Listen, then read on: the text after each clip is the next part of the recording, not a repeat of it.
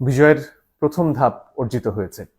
রাষ্ট্র মেরামতের কাজের এখনো অনেক অনেক বাকি।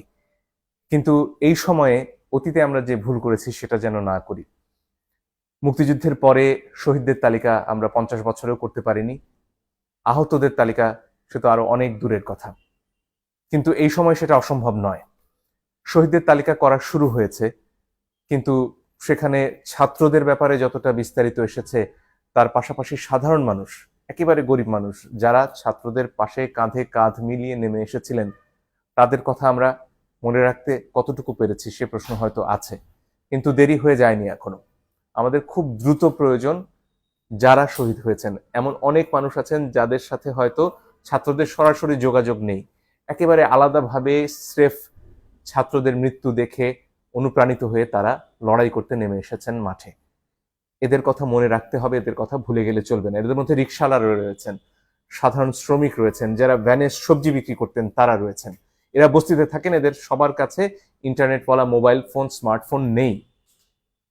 এদের মধ্যে যারা শহীদ হয়েছেন তাদের তালিকা যত দ্রুত সম্ভব এলাকা ভিত্তিক করা প্রয়োজন। আরো একটা কাজ খুবই প্রয়োজন এই মুহূর্তে, সেটা হচ্ছে যারা আহত হয়েছেন এবং যাদের চিকিৎসা প্রয়োজন। এমন অনেকে রয়েছেন যাদের চিকিৎসা করার মতন সামর্থ্য রয়েছে, তারা হাসপাতালে যেতে পারছেন, এদের মধ্যে ছাত্ররা রয়েছেন। কিন্তু এর বাইরে যারা সাধারণ মানুষ, যারা বস্তিতে থাকেন, তারা হয়তো তার ঘরে আহত হয়ে অসুস্থ অবস্থায় পড়ে রয়েছেন, তার খবর আমরা এখনো জানতে পারছি না।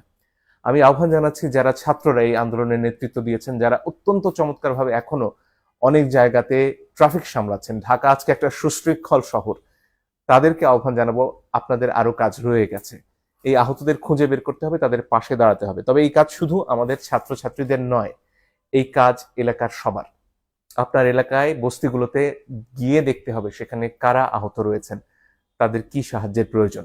সাহায্য আপনারা একা করতে পারবেন না, তার জন্য সবাইকে এগিয়ে আসতে হবে এবং অনেক জায়গা থেকে, দেশ বিদেশ থেকে মানুষরা সাহায্যের জন্য, অর্থ সাহায্য করতে এগিয়ে আসতে চাইছেন। কিন্তু তারা কিভাবে এই টাকা পৌঁছবেন, তার জন্য যেমন একটা কেন্দ্রীয় ব্যবস্থা প্রয়োজন, স্থানীয় ব্যবস্থাও করা যেতে পারে। প্রথম কথা, একটা গুগল ডক করা যেতে পারে যেখানে এই তথ্যগুলো দেয়া হবে যে তিনি কে, কোথায় থাকেন, তার যোগাযোগের ঠিকানা বা মোবাইল ফাইন্যান্সিয়াল সার্ভিস, সেটা বিকাশ হোক, ডাচ বাংলা ব্যাংকের হোক, সেগুলোর নম্বর দেয়া যেতে পারে। সেখানে সরাসরি তিনি সাহায্য পেতে পারেন। এখানে একটা প্রশ্ন আসে যে তাহলে যার নাম 1 নম্বরে আছে তার কাছে হয়তো সব সাহায্য পৌঁছে যাবে। এটার জন্য, বেরিয়ে আসার জন্য হয়তো সেখানে ওই গুগল ডকে বলা যেতে পারে যে তিনি এখন পর্যন্ত কত টাকা সাহায্য পেয়েছেন। এই তথ্যটা যদি সেখানে সংযোগ করা যায়, এটা হয়তো খানিকটা এড়ানো যাবে। এছাড়া যারা ওয়েব ডেভেলপ করেন তাদের পক্ষে একটা ওয়েবসাইট তৈরি করা সম্ভব, যেখানে আসলে এই যে কার নাম আগে আসবে কার নাম পরে আসবে এটা নিয়ন্ত্রণ করা সম্ভব, যাতে সুষ্ঠুভাবে এই সাহায্যটা সবার কাছে পৌঁছানো সম্ভব হয়। এটা খুবই জরুরি একটা কাজ, কারণ এই মানুষগুলো এই মুহূর্তে আমাদের সাহায্য না পেলে হয়তো তাদেরকে প্রথম যে তালিকা, শহীদদের তালিকায় চলে যেতে হতে পারে। তাই তাদের পাশে এই মুহূর্তে দাঁড়ানো খুব প্রয়োজন, শহীদদের পরিবারের পাশে দাঁড়ানো খুব প্রয়োজন। আরো একটা কাজ সারা দেশ জুড়ে চলছে, সেটা হচ্ছে যেসব হামলা হচ্ছে, বিশেষত সংখ্যালঘুদের উপর যে হামলা হচ্ছে, সেটা আমাদের যে কোনো মূল্যে ঠেকাতে হবে।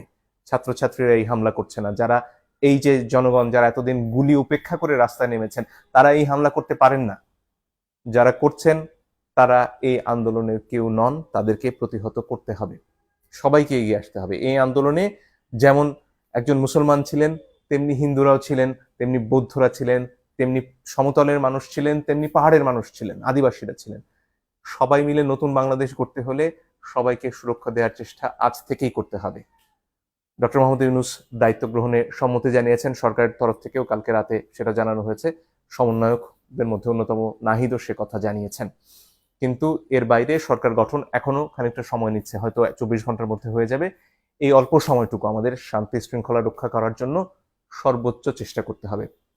আমাদের বন্ধুরা যারা অনেক ক্ষেত্রে নানান সামাজিক চাপে কেউ চোর হয়েছেন, কেউ ডাকাত হয়েছেন, তারাও আমাদের ভাই। নজরুল তাদের নিয়ে বহু আগে কবিতা লিখে গেছেন, হয়তো আমরা ভুলে গেছি, চোর ডাকাত নামে পড়ে নিতে পারেন। এই ক্রান্তি লগ্নে আপনারাও এগিয়ে আসুন না, আপনাদের সমস্যার কথা আমরা বোঝার চেষ্টা করব।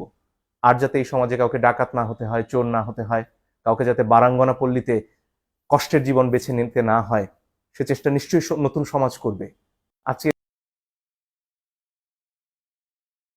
যারা অনেক চাপে পড়ে আজকে চুরির পেশায় চলে গেছেন, কেউ পকেট মেরেছেন, হয়তো অনেক ক্ষেত্রে গণধোলাই খেতে হয়েছে আপনাদের।